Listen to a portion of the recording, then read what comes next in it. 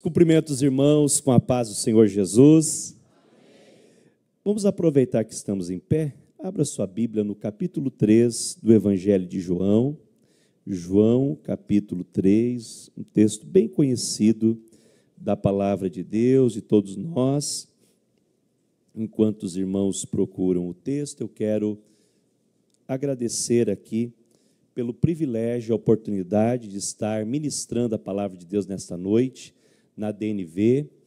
Estou muito feliz em conhecer esta igreja desde sexta-feira, o vosso pastor Eduardo, pastor Paulo, que está na coordenação também, esteve na coordenação do evento, que nós ministramos o seminário do discipulado. E é muito bom estar numa igreja vibrante, numa igreja alegre, numa igreja cheia da graça de Deus, do Espírito Santo. E eu me sinto em casa aqui, irmãos. Estou muito feliz de estar aqui com vocês, como na igreja que eu sirvo ao Senhor. Eu trago a todos o abraço da minha família, minha esposa, irmã Catiúcia, minha filha Maria Helena, e também do meu pastor-presidente, pastor Sérgio Melfior, que é presidente da igreja em Joinville, e também vice-presidente da nossa convenção do estado de Santa Catarina e sudoeste do Paraná. E de todos os irmãos da nossa cidade.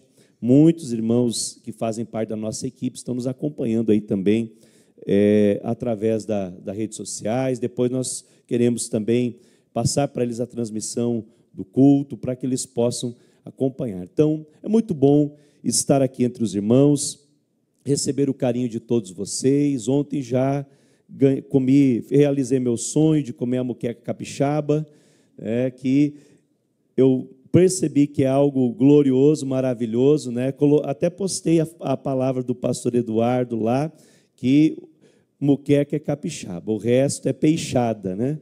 E os irmãos baianos não gostaram muito, mas eu disse que para eles comprovar que a moqueca baiana é melhor, quando eu chegar em Joinville, eles têm que fazer uma para eu tirar a prova real, né? Qual delas é melhor. Mas é muito bom estar aqui com vocês. Vamos ler o texto da palavra de Deus. João capítulo 3 diz assim: Havia entre os fariseus um homem chamado Nicodemos, um dos principais dos judeus. Este, de noite, foi até Jesus e lhe disse: Rabi, sabemos que o Senhor é mestre, vindo da parte de Deus, porque ninguém pode fazer estes sinais que o Senhor faz, se Deus não estiver com ele.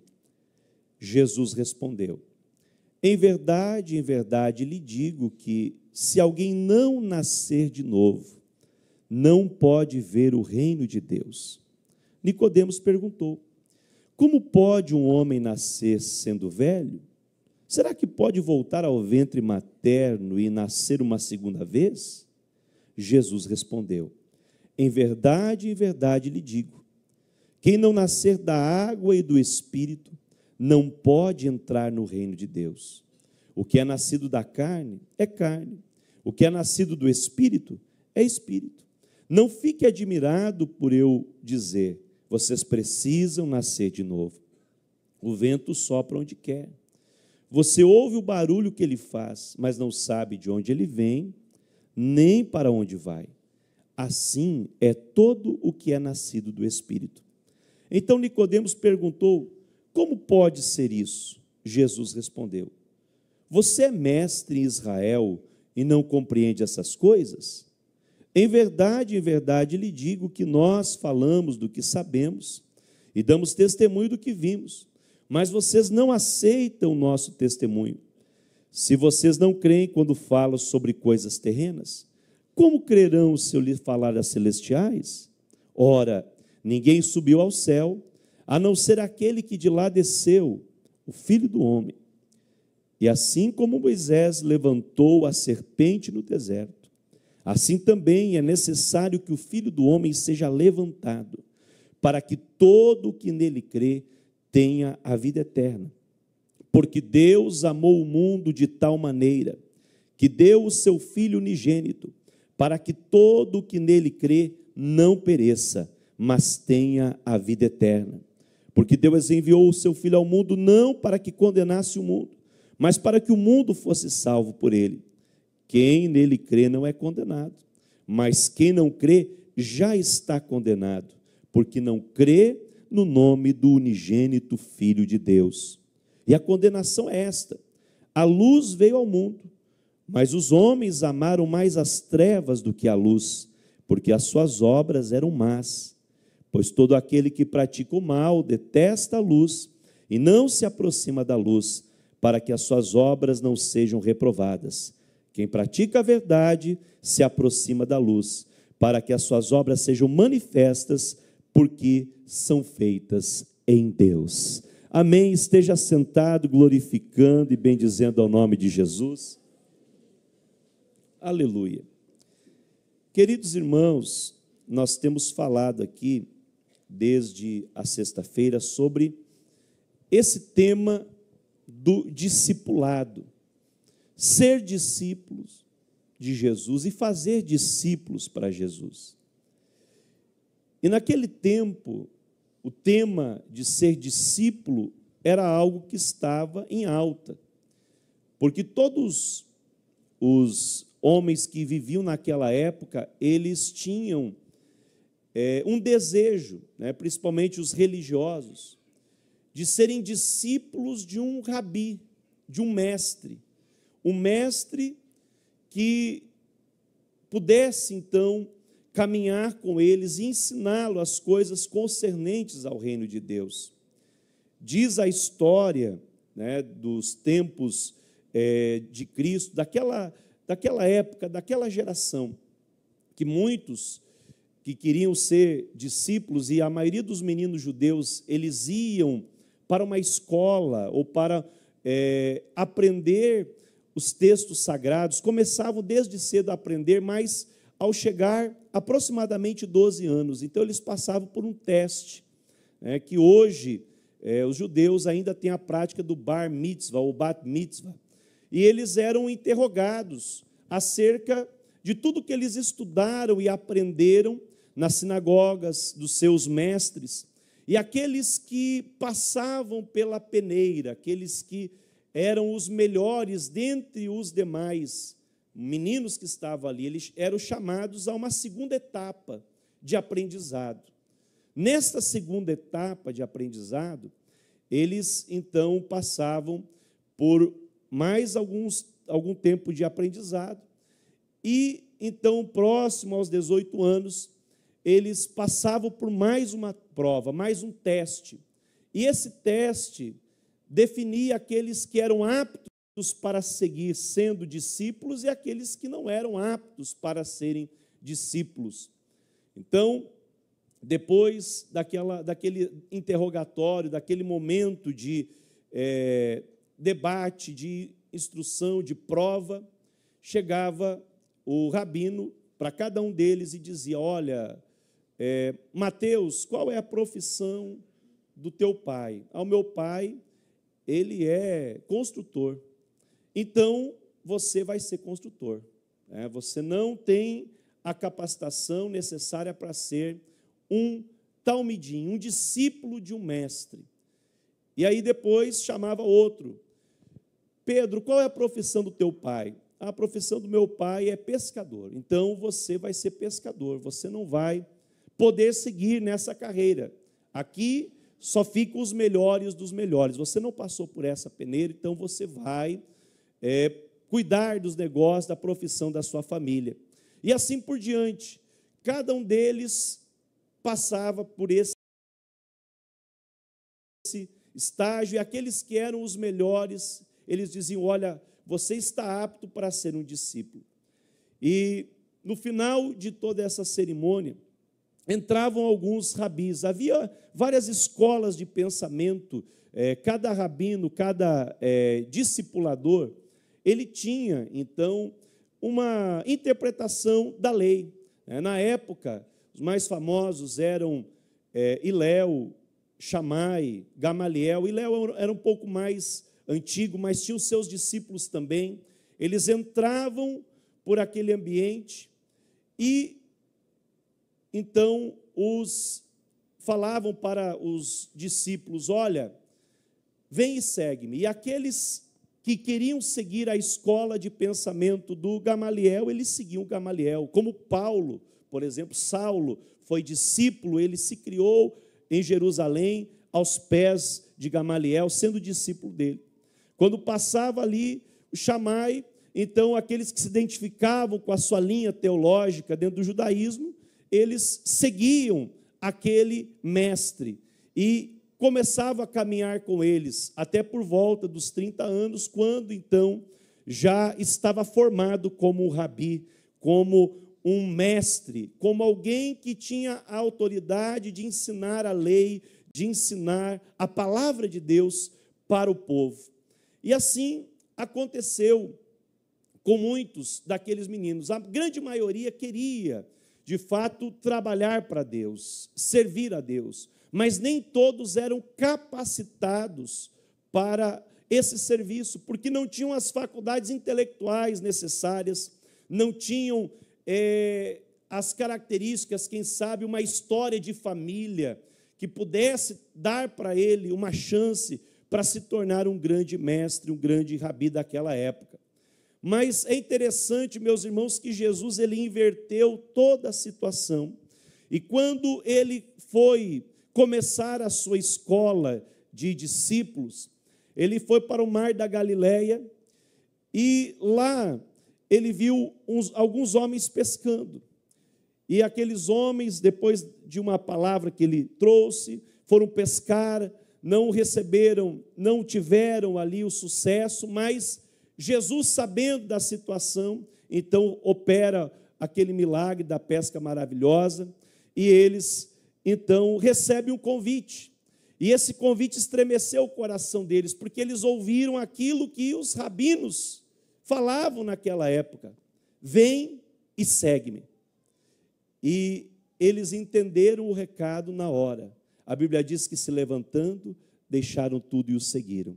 Eles deixaram as redes, depois Jesus vai passando de um por um. Lá na coletoria dos impostos, ele passa, olha para Mateus e diz para ele: vem e segue-me. Ele deixou tudo ali e seguiu Jesus.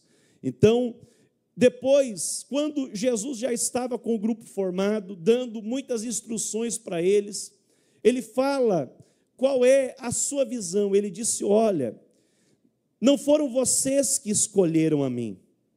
Não aconteceu como a escola tradicional de discípulos, em que o discípulo escolhe o discipulador. Pelo contrário, eu vos escolhi a vós, e eu vos designei, para que vades e deis fruto, e o vosso fruto permaneça, a fim de tudo quanto pedis ao Pai em meu nome, Ele vos conceda. Aleluia. Deixa eu dizer algo para você, meu irmão. Não foi você que quis entrar nessa escola de discípulo, não foi você que quis seguir o mestre. Pelo contrário, a intenção inicial foi dele. Ele olhou para você e disse: eu quero você. Talvez você não é o mais bonito da família, não é o mais graduado, talvez você não é a pessoa que tem o melhor currículo da sua equipe, dos seus vizinhos, talvez você não seja a pessoa que, até aos seus olhos, você diga: como eu fui escolhido. Os critérios não são nossos, não são critérios humanos, são critérios dele. Ele olhou para você e disse: eu quero você, você vai me seguir, porque eu tenho um propósito na tua vida. Aleluia. Um dia você ouviu a voz dele te chamando, e hoje ele está aqui para dizer para você: eu continuo com propósito na tua vida, eu quero ver você frutificar para a minha glória. Se você crê nisso, levante a tua mão e glorifique o nome de Jesus. Aleluia. No mundo, o que diferencia uma pessoa de outra é o seu status, a sua formação, as suas riquezas, bens, cargos, posições. Mas diante de Deus, o que diferencia uma pessoa de outra não é nada disso, mas é o seu nível de intimidade com Deus. Quanto mais perto de Jesus, mais nós vamos ser abençoados por Ele. Na época de Jesus, existiam vários níveis de intimidade com as pessoas, com aqueles que estavam ao seu redor. existiam os opositores, e hoje continua tendo opositores de Cristo. Esses opositores, eles estavam distantes e eram inimigos de Jesus. E até hoje nós andamos por aí e vemos pessoas que são inimigas de Jesus. Ontem eu falei aqui que se nós falarmos, por exemplo, em Deus, de uma forma geral, olha, Deus te abençoe, amém, Deus abençoe você também. Você fala alguma coisa, Deus me livre, Deus me ajude, graças a Deus, todo mundo fala, até os ateus dizem Deus o livre, né? Eles têm essas expressões, mas quando você fala o nome de Jesus, há um confronto, há uma batalha. Por quê? Porque o nome de Jesus é o nome sobre qual todos se dobrarão no céu, na terra e debaixo da terra. E toda língua terá que confessar que Ele é o Senhor, para a glória de Deus Pai. Quando nós falamos em Jesus, há um confronto. E os opositores, eles estão distantes, mas existe uma multidão que está no meio termo. Essa multidão é volúvel. Quando está fácil seguir a Jesus, quando as coisas vão bem, eles estão juntos. Mas quando está difícil, eles se afastam. Você lembra que no dia em que Jesus entrou de forma triunfal em Jerusalém, muita gente o seguiu, as multidões afluíram e começaram a gritar: Hosana, Hosana, bendito aquele que vem em nome do Senhor. Mas por outro lado, nós vemos que lá na sexta-feira, na crucificação, muitos fugiram, muitos abandonaram, e a multidão que tinha era uma multidão que foi incitada pelos religiosos para gritar: crucifica-o, crucifica-o. Então a multidão, ela é neutra. E o que Deus quer é que nós venhamos sair desse grupo que se chama uma multidão, para nós chegarmos mais perto dele. Existem os discípulos ocasionais, são aqueles que não têm tanto compromisso, que apareciam junto com Jesus e depois sumiam. Eles vinham até Cristo e saíam. Mas existem também aqueles discípulos que são mais chegados, como os 70, que eles foram treinados por Jesus e enviados para curar enfermos, para expulsar demônios, para pregar. E que eu e você possamos estar incluídos nesse grupo, em um grupo que não é apenas ocasional, mas eles decidiram e declararam ser discípulos de Jesus, e nós vamos seguir com Jesus até o fim. Porém, é um grupo um pouco mais próximo, que foram escolhidos por Jesus para caminhar com Ele todos os dias. São os apóstolos, os 12 apóstolos. Esses discípulos estavam com Ele. E Jesus os chamou e escolheu, primeiro, para estarem com Ele, e depois os enviou a pregar. Aleluia. Quando você sai do nível dos 70, você começa a entrar no nível dos 12, você não apenas prega, você não apenas fala, você não apenas louva, mas você quer estar com Ele, você quer caminhar mais perto dEle, você quer estar junto dEle para ter mais comunhão com Ele e conhecê-lo face a face como Ele é. Mas o nível mais íntimo são aqueles 3 que Jesus levava para as grandes revelações: Pedro, Tiago e João. Quando Jesus queria ensinar algo mais profundo, Pedro, Tiago e João apareciam. Quando Jesus queria mostrar a sua glória, Pedro, Tiago e João estavam lá. Aleluia. Aqueles 3, que era o círculo íntimo de Jesus. Teve coisas que eles presenciaram e que só relataram depois da ressurreição, porque Jesus disse: olha, não contem para os outros, isso aqui é reservado para vocês, porque eles seriam a coluna da igreja. Então, esses eram os que estavam mais próximos. E quem sabe, meu irmão, Jesus nesta noite está te chamando para dizer para você: eu não quero apenas você como um discípulo, mas eu quero que você seja meu amigo, chega mais pertinho de mim. Eu quero revelar coisas para você que eu não revelo para os outros. Tem gente que às vezes diz assim: olha, eu sou o queridinho de Jesus, né? Isso está errado. Não, Jesus ama todos nós, mas por outro lado, a Bíblia diz que a intimidade de Deus são para aqueles que são seus amigos. Então, quanto mais perto de Deus você está, mais Ele vai revelar coisas para você que não revela para os outros. Louvado seja o nome do Senhor. Mas havia um discípulo que Jesus chamou para momentos em que nenhum outro estava. Aquele que ele confidenciava, contava os segredos. Porque mesmo Jesus precisava de amigos humanos. E eu e você, meu irmão, nós precisamos ter amigos. E tem níveis de amizade, tem aqueles amigos que parece que são uma alma gêmea, né? Que um poeta disse que esse tipo de amigos é como se fosse uma alma só dividida em dois corpos, né? Vamos usar essa licença poética. São aqueles amigos mais chegados do que irmãos. Aleluia. E Jesus tinha o João, o mais novo dos discípulos. Era aquele que na ceia reclinava a cabeça no peito de Jesus. Aquele que ouvia as batidas do coração do Mestre. Aleluia. Nós temos que estar tão perto de Jesus, que o nosso pensar, o nosso falar, o nosso caminhar, o nosso agir, ele reflita as batidas do coração do Mestre. Aleluia. E em alguns momentos que estão registrados na Bíblia, só João participou. Esse texto que eu li é um texto em que só Jesus e João estavam presentes. E dentro da licença poética que há nos filmes, nas produções, o pessoal que desenvolveu o seriado do The Chosen, eles fizeram com que esse momento fosse um momento que João estava lá preparando o lugar, escondidinho, e escutando a conversa de Jesus com Nicodemos. Então nós podemos ver que está exclusivamente esse texto no Evangelho de João. E deixa eu dizer uma coisa para você: as maiores verdades que Jesus revelou acerca de si mesmo não foi para grandes multidões, mas as maiores verdades que Jesus revelou foi num grupo de poucas pessoas. Foi para 1, 2 ou 3 pessoas. Isso quer dizer o quê? Que nós precisamos também, irmãos, andar em comunhão, ser discípulos e fazer discípulos.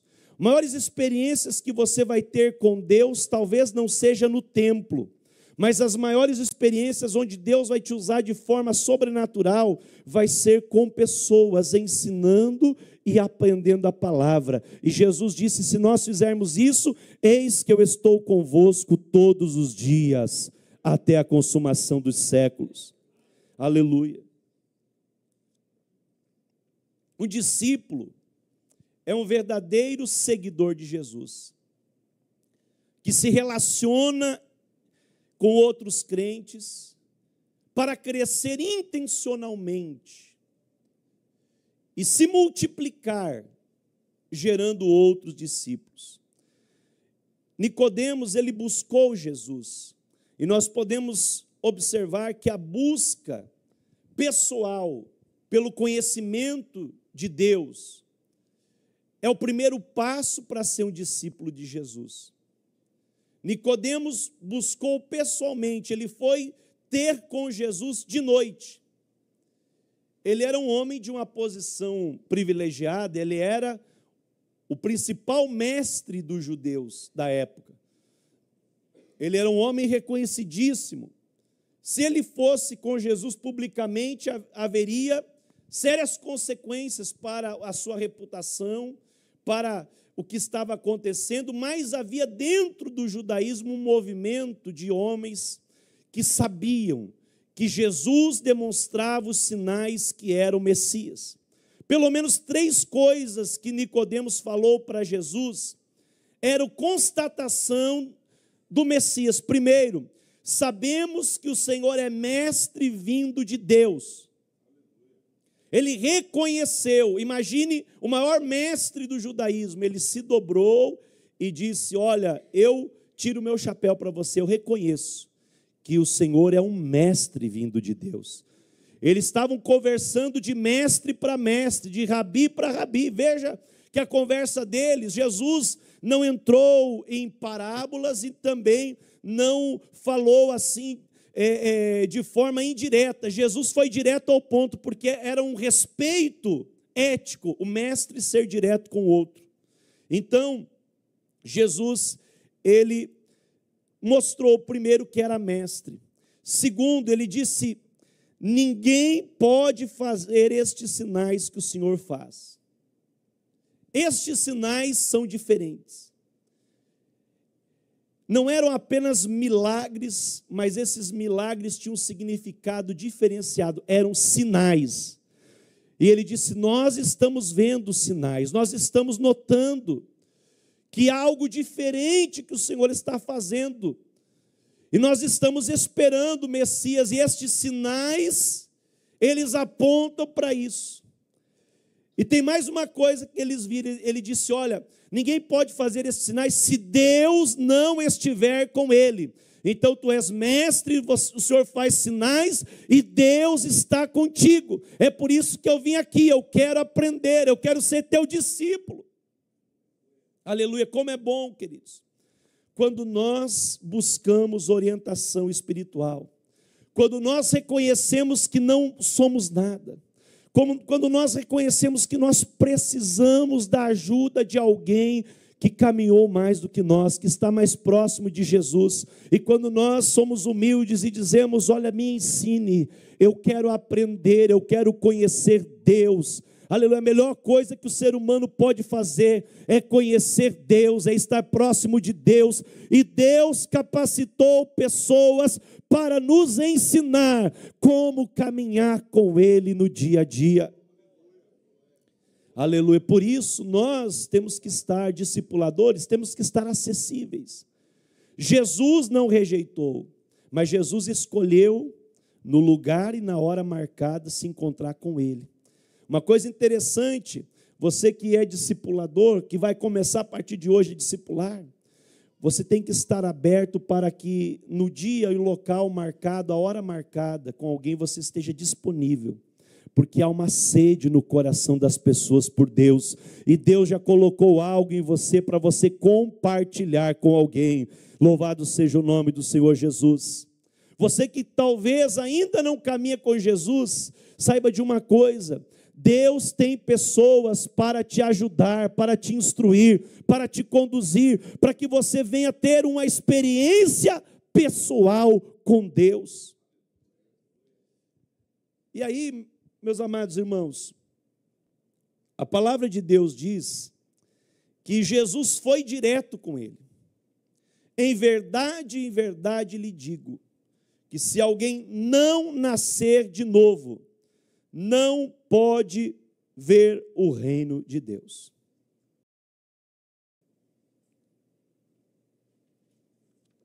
Assim, curto e grosso, como nós dizemos lá no sul, Jesus, com outras pessoas bem simples, ele vai tendo uma didática mais acessível, ele vai se revelando aos poucos. Aqui Jesus já disse: olha, eu vou dizer uma coisa para você, Nicodemos, você quer ver o reino de Deus? Você está falando que eu sou o Messias, que eu sou o libertador, o rei de Israel, que vim para reinar sobre o povo. Você só vai poder ver esse reino não é humano, ele é espiritual, você só pode ver se nascer de novo. Aleluia. A necessidade do novo nascimento. Deixa eu dizer para você, ninguém consegue ser discípulo de Jesus se não nascer de novo. Muitos tentaram e não conseguiram. Por quê? Porque nós não podemos seguir Jesus pela nossa força humana. Quando eu olho para mim, eu olho para as minhas incapacidades, para a minha dificuldade, para o meu pecado, e eu penso: é impossível servir a Deus.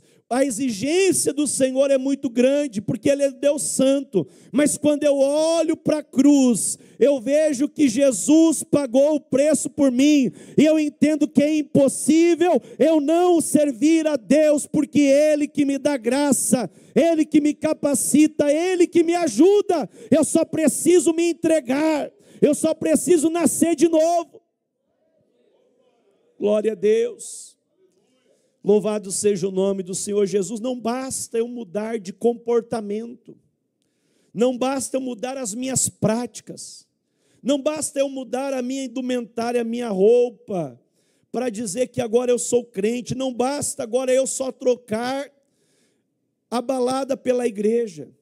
Não basta apenas eu dizer agora eu vou ir frequentar todos os domingos a igreja. Isso tudo é bom, mas isso não faz de você um filho de Deus. O que faz de você um filho de Deus é o novo nascimento. É necessário nascer de novo. Nascer de novo é uma transformação espiritual profunda. É preciso nascer da água e do Espírito.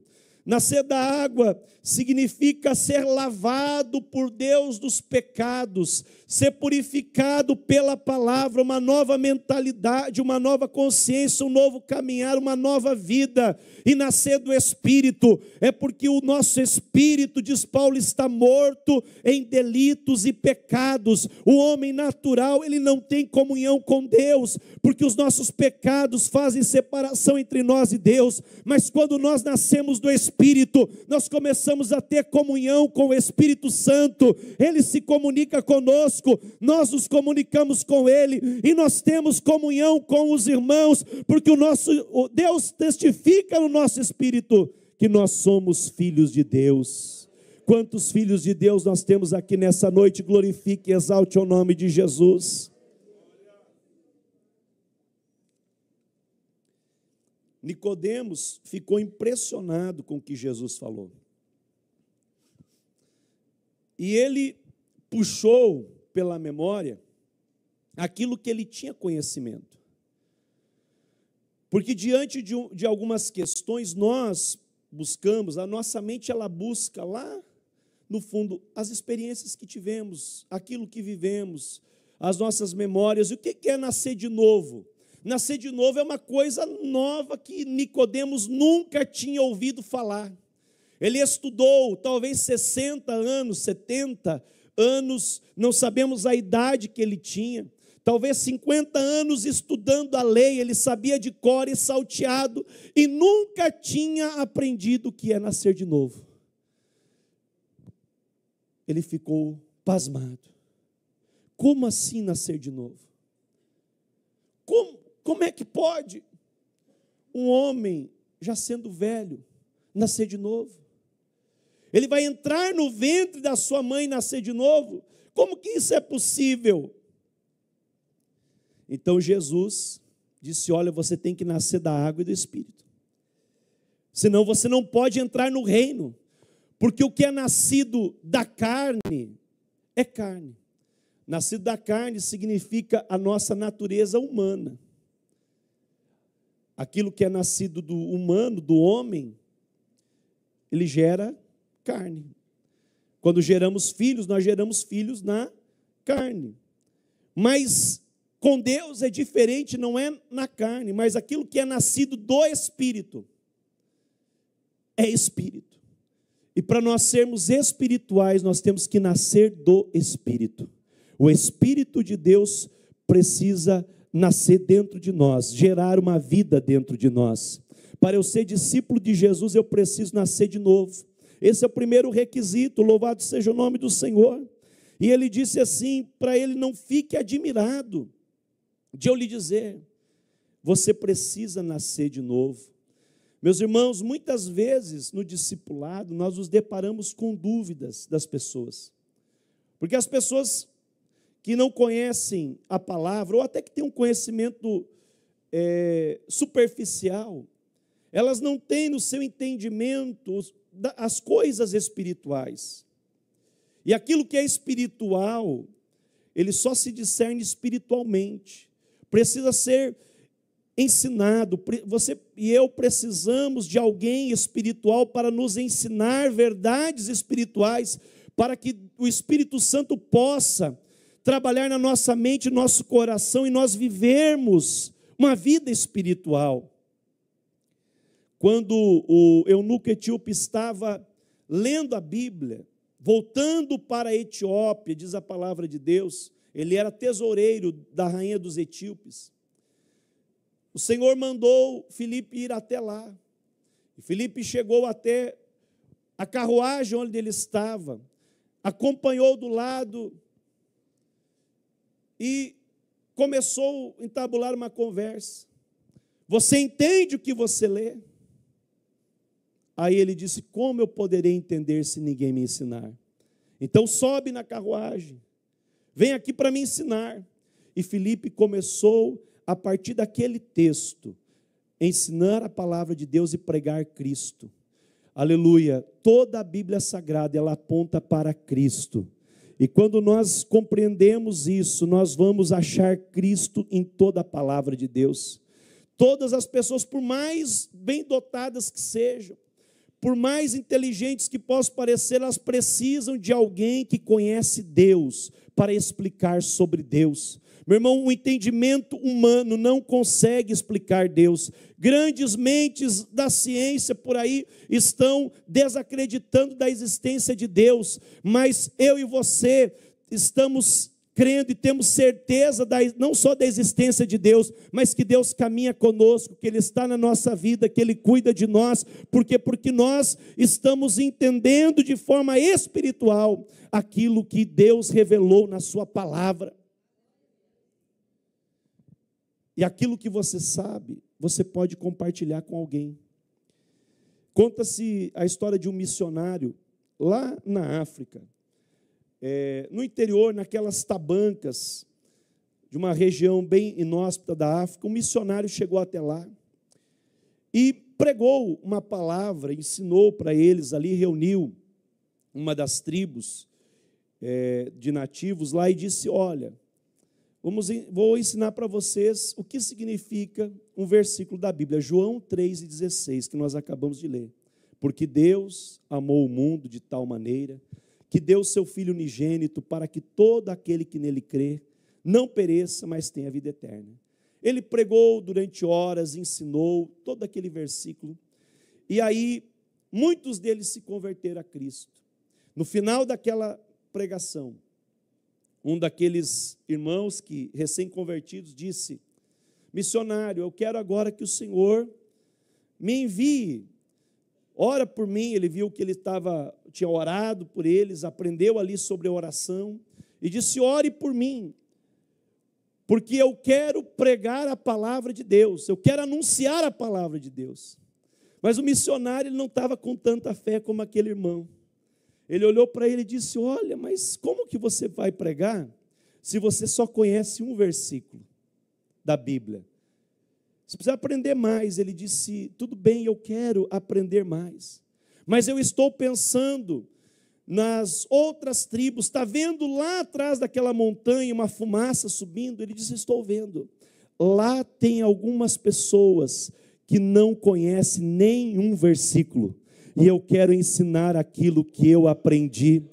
Meu irmão, não pense que você não tem capacidade, você é mais capaz do que você imagina. O Espírito Santo já colocou muita coisa dentro de você, Ele já investiu muito em você, e se você talvez não souber o que falar, a Bíblia diz que aquilo que nós não sabemos, o Espírito Santo vai nos dar o entendimento, e aquilo que nós sabemos, Ele nos fará lembrar, para que nós possamos ensinar a palavra de Deus, porque o maior interessado no discipulado é o próprio Deus.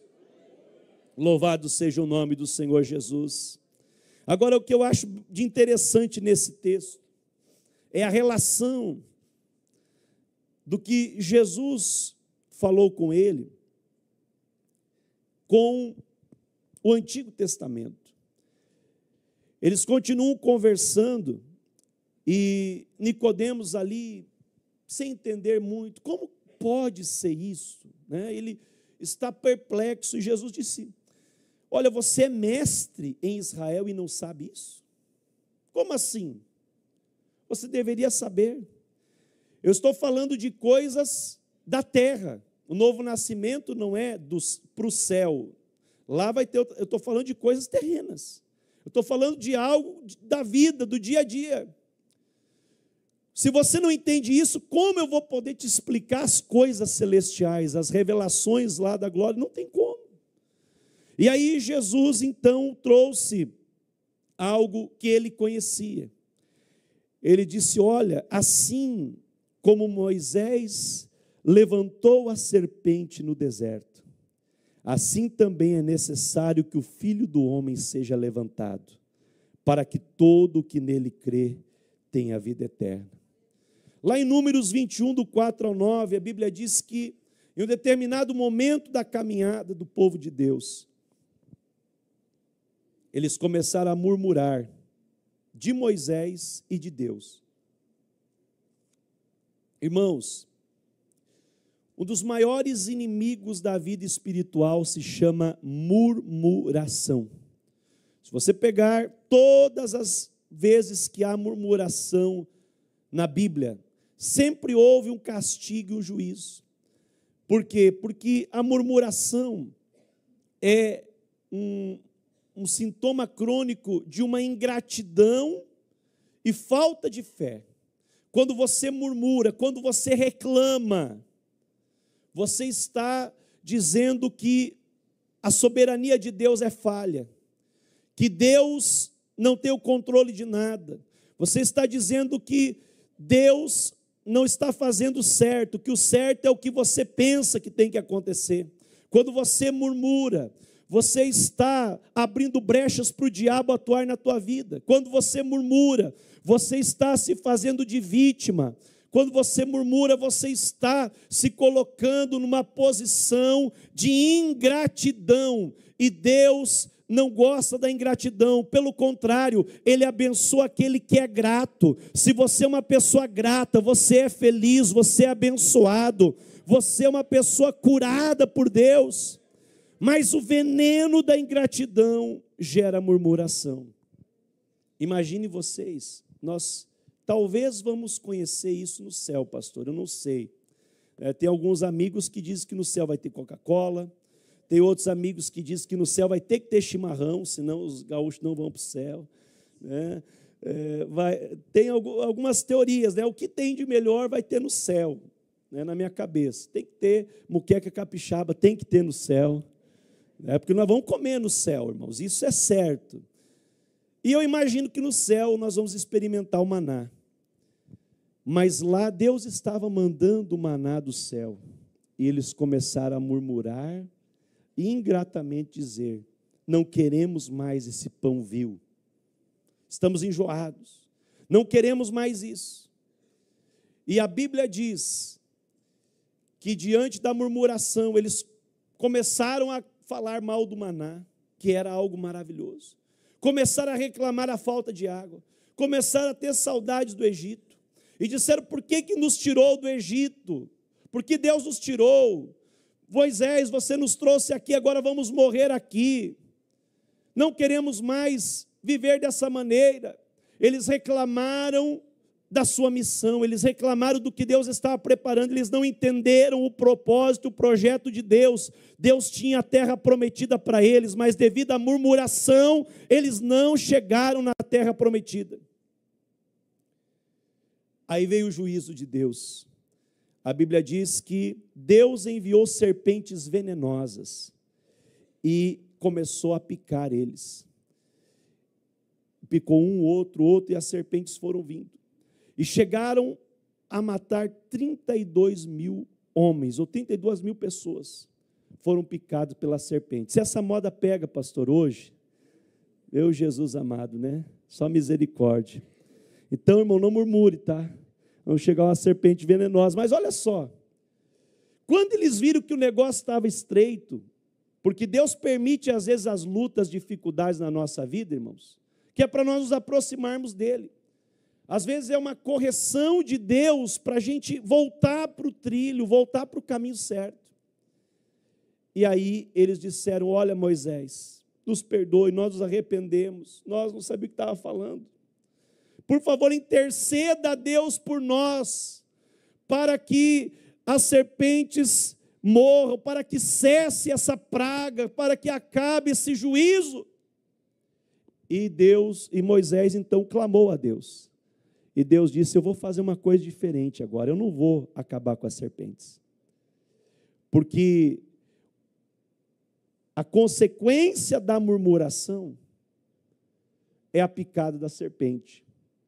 Vai ter consequência. Todo pecado, toda desobediência tem uma consequência a ser paga. Agora tem uma coisa, eu vou mostrar a minha graça. Eu vou mostrar a minha misericórdia. Eles vão precisar crer que eu vou livrar. Então ele disse: construa uma serpente de bronze. Já que a serpente é o problema, faz uma serpente de bronze. E coloca numa haste bem grande, para que todo aquele que for picado pela serpente, olhe para a serpente de bronze e seja curado. Imagine um acampamento com 2 milhões de pessoas, cheio de tendas, de barraquinhas, no meio do deserto, e as serpentes por todo lado.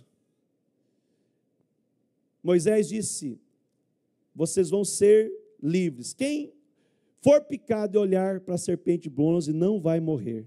Mas você precisa olhar e crer. Crer nessa palavra de Deus. Imagine só, não tinha lógica.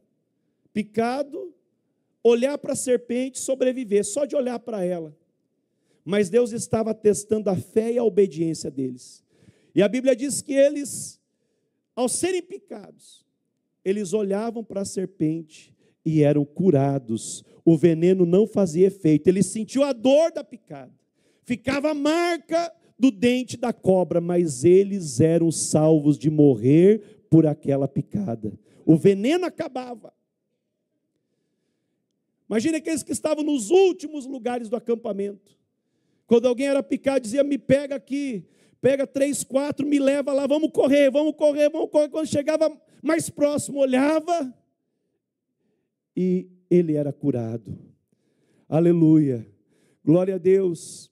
Parece que é algo ilógico, mas nós, meus amados irmãos, também fomos picados pela serpente. A serpente enganou nossos pais, Adão e Eva. E esse veneno chamado pecado, ele está correndo nas nossas veias. Nós temos esse veneno que todo ser humano, porque todos pecaram e destituídos estão da glória de Deus. Todos nós somos pecadores, não tem um justo que não seja pecador, todos pecamos. E o pecado nos separa de Deus. Mas tem uma coisa, Deus disse assim: eu não vou livrar vocês do pecado, mas eu vou livrar a partir de agora das consequências do pecado. Esse veneno vai ser neutralizado e vocês vão viver uma nova vida. Vai ficar marca, mas vocês vão ser livres de ser condenados pelo pecado. Então ele disse: eu vou levantar o meu filho unigênito, Jesus Cristo, na cruz do Calvário.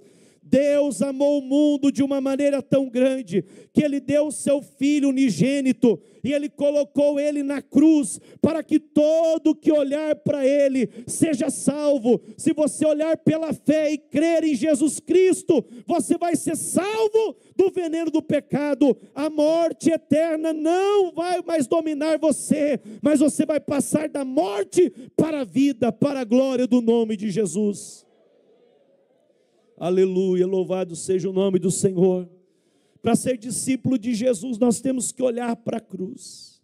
A maior mensagem que nós temos na Bíblia é a cruz. A cruz para alguns será condenação. A cruz, naquela época que Jesus morreu, significava morte, significava a tortura, significava a condenação de um malfeitor. Jesus se fez malfeitor como um condenado. Ele pagou pelos nossos pecados. Para quê? Para que eu e você pudéssemos olhar para a cruz e não morrer, mas ter a vida eterna.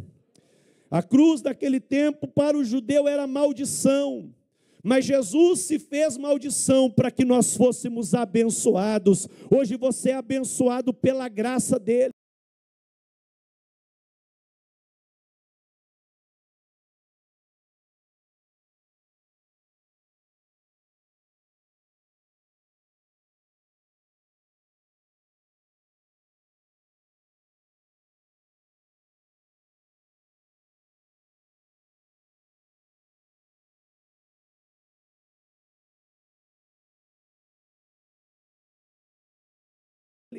Não há mérito nenhum. Ele disse, olha, em outras palavras, Deus dizendo para Moisés, não vai haver mérito nenhum. Não tem antídoto, não tem nada que possa fazer. Ele vai ter que olhar para a serpente e confiar, obedecer e ter fé, para ele receber a cura da picada da serpente. Eu e você precisamos olhar para Cristo. Não tem mérito nosso. Os nossos méritos, diz a Bíblia, que são como trapo de imundícia, mas pela graça, nós olhamos para a cruz e dizemos, Senhor, eu entrego a minha vida para Ti, eu creio em Ti como meu Senhor, como meu Salvador. E a cruz de Cristo, ela tem o poder, aleluia.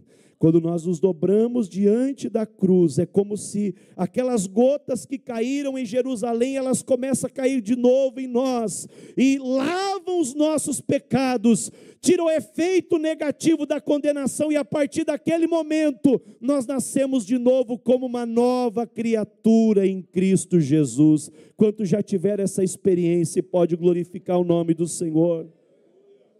Aleluia. O discipulado revela o amor de Deus. Quando eu já recebi essa graça, eu tenho o dever de compartilhar esse amor e dar a oportunidade de outros receber, porque tem outras pessoas que estão morrendo porque estão picadas pela serpente. Por melhor que o ser humano possa tentar fazer com seus esforços, ele nunca vai atingir o padrão de Deus. Ele nunca vai chegar perto de Deus pelos seus méritos. Mas eu e você que já passamos pela cruz, nós reconhecemos que não somos nada. Paulo disse, pela graça sois salvos. Isso não vem de vós. É um dom, é um presente de Deus, não vem das obras para que ninguém se glorie. O que você precisa para receber um presente? É só aceitar. É só aceitar.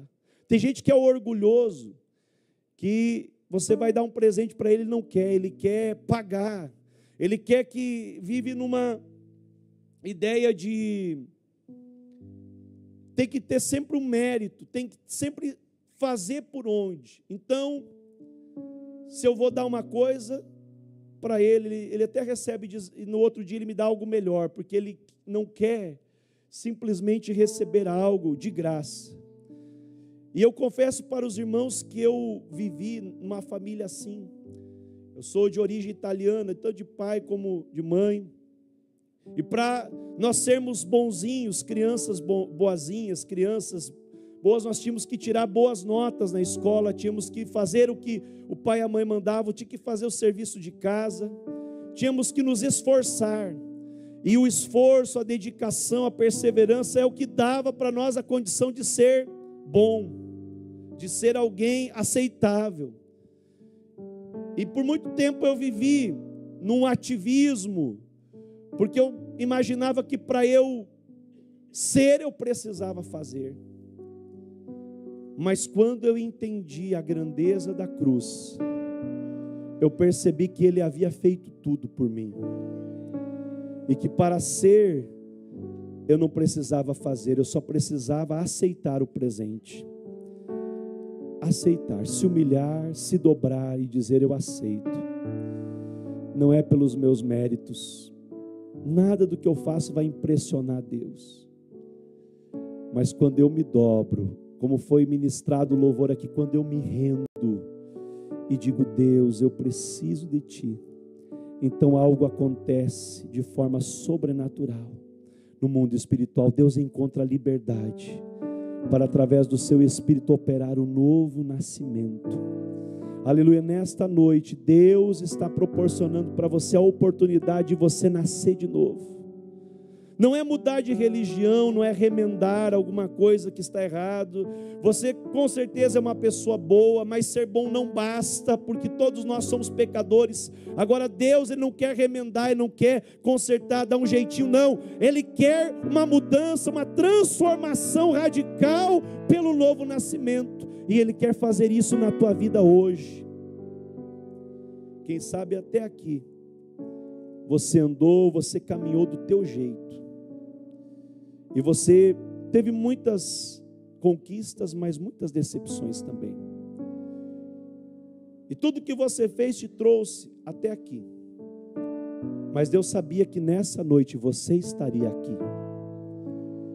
Talvez alguém te convidou, um amigo te trouxe, quem sabe você recebeu uma mensagem de alguém, ou você até mesmo disse: eu vou naquela igreja, eu vou no culto hoje, ou quem sabe você é membro da igreja há bastante tempo, e você disse: hoje eu vou para mais um culto. E eu quero te dizer que o Senhor marcou um encontro diferente conosco hoje. Você não veio para mais um culto, foi Ele que marcou na agenda dele na eternidade a noite de hoje, porque Ele quer operar algo na tua vida. Aleluia. Você precisa receber esse presente, e para receber esse presente você precisa se render. Nicodemos, a história diz que acabou ali a conversa, mas ele vai aparecer mais lá na frente no texto do Evangelho de João, quando os líderes religiosos queriam matar Jesus. Então ele dá uma palavra em defesa de Jesus e disse: olha, a nossa lei não permite condenar um homem sem ouvi-lo, vamos interrogá-lo, vamos fazer justiça, não vamos agir dessa forma. Então ele já estava demonstrando que alguma coisa começou a mudar dentro dele, no seu coração. Mas ele era um discípulo oculto. Ele queria seguir Jesus, mas ele também não queria sair do seu ambiente, ser rejeitado pela família, sair da sua tradição religiosa. Ele queria Jesus, mas ele queria ficar ainda no mesmo meio que ele vivia, porque ele sabia que seguir Jesus implicava ele tomar a sua cruz. E quem carrega a cruz, ele é visto por todos como alguém diferente. Aí passou-se mais alguns meses. Eles condenaram Jesus injustamente. Enviaram para Pôncio Pilatos. Ele foi crucificado, morto. E o seu corpo estava lá exposto como um malfeitor, como um condenado, como um bandido no meio dos malfeitores. Então Nicodemos disse: agora é a hora, agora é vida ou morte. Agora eu não vou me importar se me perseguirem, se me matarem, mas agora eu entendi que o Messias deveria morrer. Ele não era um líder político, mas ele era um espiritual. Ele veio para salvar-nos dos nossos pecados. Então ele foi até o governador e disse: eu quero o corpo de Jesus. Eu vou levar, junto com José de Arimateia, o corpo dele para sepultá-lo de forma digna. Eu quero o corpo dele, eu quero ele, mesmo que demorou um tempo, mesmo que agora ele está morto, mas eu quero Jesus. Eu acreditei em Jesus, e não importa o que vão pensar de mim, eu quero Jesus, e eu quero estar com o corpo dele. Mal sabia Nicodemos que isso ficou registrado para nós por toda a eternidade. E aquele corpo que foi levado para a tumba na sexta-feira, já entrando para o sábado, à noite de sexta-feira, os judeus não fizeram nem a preparação, nem o embalsamento, não embalsamaram o corpo. E quando as mulheres foram no domingo pela manhã, depois de cumprir o Shabat, para embalsamar o corpo, elas encontraram a pedra removida. Elas encontraram a tumba vazia. Elas entraram lá e começaram a chorar e dizeram: levaram o nosso mestre, onde está o mestre? Então um anjo que estava ali disse: por que vocês procuram aquele que vive entre os mortos? Ele não está aqui, ele já ressuscitou. Glória a Deus. O pastor mencionou aqui no túmulo de Buda, está lá que jaz Buda. No túmulo de Maomé, ainda que é uma linha dos muçulmanos que dizem que Maomé foi assunto aos céus, mas há um lugar onde está o túmulo de Maomé e de todos os grandes líderes religiosos que passaram pelo mundo. Mas lá em Jerusalém está escrito, em inglês, em hebraico, em grego, se não me foge a memória, Ele não está aqui. Ele já ressuscitou. Louvado seja o nome do Senhor Jesus. Você quer saber onde Jesus está? Você está sentindo Ele aí? Ele está aqui. O Espírito dele está aí. Aleluia. Onde está Jesus? Ele está aí do teu lado. Quem sabe você não está vendo. Claro, nós não vemos Ele porque Ele está aqui em Espírito. Mas abrace alguém aí do teu lado. Fique em pé, por favor. Aleluia. Fique em pé nesse momento. Abrace assim alguém do seu lado. Jesus está aí. Na vida desse irmão, na vida dessa irmã, Ele está aqui. Aleluia. Glória a Deus. Quem sabe você chegou aqui nessa noite se sentindo afastado de Deus, se sentindo longe de Deus. Quem sabe você ainda não confessou Jesus com a sua boca e com o seu coração. Deixa eu dizer algo para você. Deus me trouxe aqui de Santa Catarina para participar desse seminário de discipulado, mas de uma forma especial para dizer para você que Ele te ama, que Ele não desiste de você e que hoje é o dia em que Ele vai transformar a tua vida. Onde está você que quer hoje entregar a sua vida para Jesus?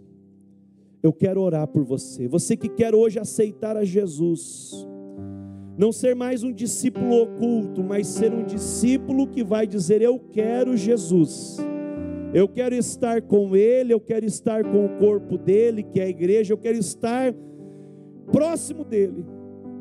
Onde está você nesta noite que quer entregar sua vida para Cristo? Levante a tua mão, eu quero orar por você. Onde está a primeira pessoa que quer entregar sua vida para Jesus? Aleluia, a presença dEle é real aqui no nosso meio. Aleluia, vai adorando, vai glorificando, vai exaltando a Ele. Onde está você que quer entregar a sua vida hoje? Na galeria, onde está você que hoje você quer aceitar Cristo como teu Salvador? Se, quem sabe você, desce aqui, vem cá, eu quero orar por ti. Aleluia, que coisa linda. Se o irmão puder acompanhar ele. Onde está a segunda pessoa que hoje quer entregar sua vida para Jesus? Jesus está te chamando, Ele morreu por você. Olhe para Ele com fé, e os seus pecados serão perdoados, a sua vida será transformada, o seu lar será restaurado. Deus vai mudar a tua história hoje. Olhe para Jesus, Ele está aqui nesta noite. A cruz de Cristo é o símbolo do amor dele por você. Onde tem alguém que quer reconciliar com Jesus, quem sabe você está um pouco parado, afastado dos caminhos do Senhor. Onde está você que quer reconciliar? Lá na galeria tem alguém que quer reconciliar com Jesus. Você quer entregar a sua vida? Onde está você aqui? Tem alguém que quer reconciliar com Cristo? Lá atrás, levante a sua mão e creia que hoje é o dia da restauração, hoje é o dia da mudança, hoje é o dia da bênção sobre a tua vida. Aleluia, a presença do Senhor Jesus é real.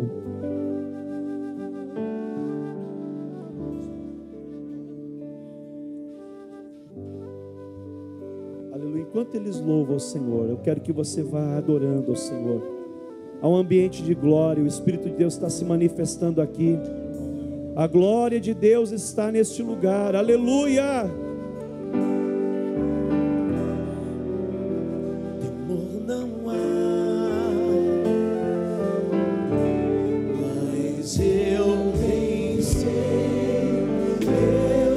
Eu sei que a minha está nas mãos do meu Jesus, que vivo está. Aleluia, glória a Deus. Mais uma irmã chegando aqui. Pode cantar. Deus está operando aqui no nosso meio. Deixa Deus trabalhar.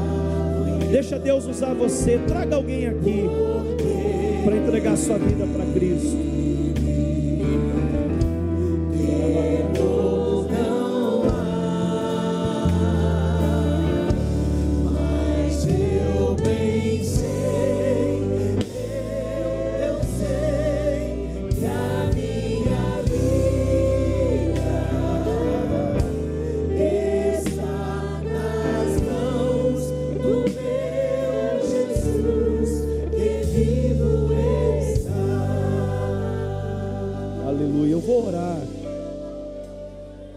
Por esses irmãos. Como é que é teu nome? Flávio. Glória a Deus. Como é que é teu nome, irmã? Denise. Eu quero que vocês repitam comigo, toda a igreja. Se quiser pode repetir. Primeira vez está entregando para Jesus? Ou você estava afastado dos caminhos? Primeira vez. Que coisa linda, Flávio. Deus tem um projeto grande na tua vida. Aleluia, foi Ele que te trouxe aqui para fazer uma mudança radical na tua vida e na tua casa. Aleluia, glória a Deus. Eu quero que você ore comigo. Repita comigo assim: Senhor Jesus, neste momento eu entrego a minha vida nas tuas mãos. Eu te aceito como meu Senhor e como meu Salvador. E te peço, perdoa todos os meus pecados. Escreve meu nome no livro da vida. Senhor Jesus, eu renuncio todo pacto maligno, toda obra das trevas, e me entrego a Ti, porque eu creio em Ti, como meu Senhor e como meu Salvador. No Teu nome, Jesus. Salva de palmas. Fica aqui, irmão Flávio. Aleluia. Você fez essa oração, irmã Denise? Você fez essa oração? Vamos fazer essa oração. Afastar. Está voltando para Jesus? Que coisa ali. Como é que é teu nome? O Emerson. Quantos anos você tem, Emerson? Olha que coisa linda, 15 anos. Eu aceitei Jesus com 14. Muito feliz por você. Está entregando a sua vida para Jesus. Agora o Emerson, irmã Denise, repete comigo essa oração. Tem mais alguém chegando? Não, então os irmãos vão vir aqui para estar junto com ele. Glória a Deus. Eu vou pedir para toda a igreja repetir. Toda a igreja vai repetir agora. E eles vão repetir também. Feche os teus olhos. Diga assim: Senhor Jesus, neste momento, eu me entrego a Ti, como meu único e suficiente Senhor e Salvador, Jesus de Nazaré. Eu te peço, Senhor, perdoa todos os meus pecados, entra no meu coração, escreve o meu nome no livro da vida. Eu quero restaurar agora a aliança contigo, e eu rejeito toda aliança com o mundo, todo pacto maligno, toda obra das trevas. E agora, Jesus, eu me entrego a Ti de todo o meu coração, para Te servir todos os dias da minha vida, no Teu nome, Jesus, amém. Você pode glorificar a Deus com uma linda salva de palmas?